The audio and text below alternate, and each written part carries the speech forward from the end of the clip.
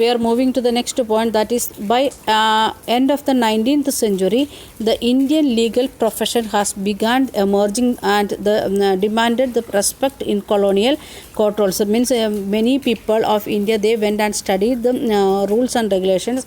We know Gandhiji went and Ambedkar went, they all become the barristers or the lawyers and they studied about law, and it is become one of the demanded job or demanded respect in the colonial court. In the British court itself we got the respect, and they began to use law to defend the legal rights of Indians. The barristers or the lawyers, those who studied about law, they started to argue for the Indians, argue against the colonial period and standing for the Indians. And Indian judges also began to play a great role in making decisions. When the Indians become the judges and they started to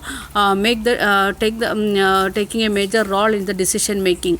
Therefore, were several ways in Indians played a major role in the evolution of the rule of law during the colonial period itself. Means Ambedkar, like that many people, not only Gandhiji and Ambedkar, many people, they went and studied about the European rules and regulations, and they came back and they become the judges, and they started to make the decision according to what is the need of the Indians. And with the adoption of the constitution, and with the adoption of constitution, we can see this document served as the foundation on which our representatives begins to making the law for the country. Means when the our leaders, national leaders, got chance to become the constituent assembly members, that time onwards they started to think about Indian constitution, thinking about the rules which is helping the Indians, like that, and they made the like that one constitution for India. Every year our representative pass several new laws as well as amending existing ones. Now also we can see that when the rules and regulations, they are making changes at the same time. They are, what are the existing law they are making, if it is needed to change, they are making the amendment or change. In your class 6th book, you read about the Hindu Succession Act of 2005, and in that we have seen the new law related to the property, how should reach to the next generation, that we have seen. Now it is giving in 2005 act, according to that all the children, boy or girl, they are having the equal right for the parents' property.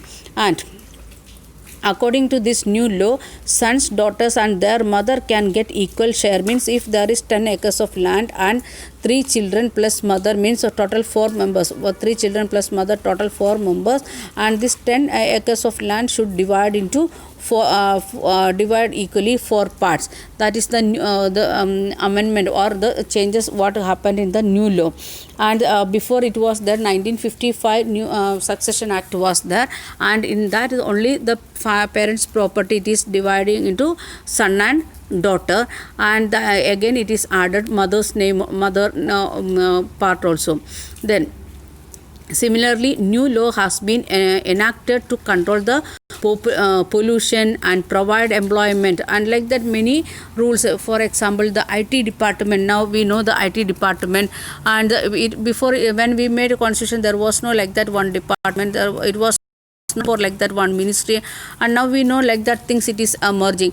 And because of the globalization, many multinational companies came and started their companies here. That also made like that one another opportunity to amend the rules related to the providing employment or controlling pollution.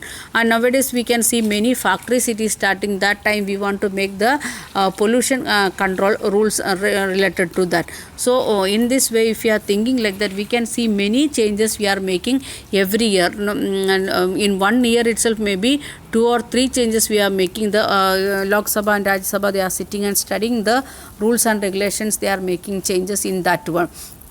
So in that way we can see the how our Indian rulers, not the leaders, or not only the pre-independent India, after that also how our leaders, they are working together and for the progress of our India, we can see. The next topic, it is how do new laws come about. how we are making the new laws. In the parliament, we know already there is two houses, one is Raj Sabha and another one is Lok Sabha. And what are the role of the parliament? In that we have seen the third role or function of the parliament, that is the making of law.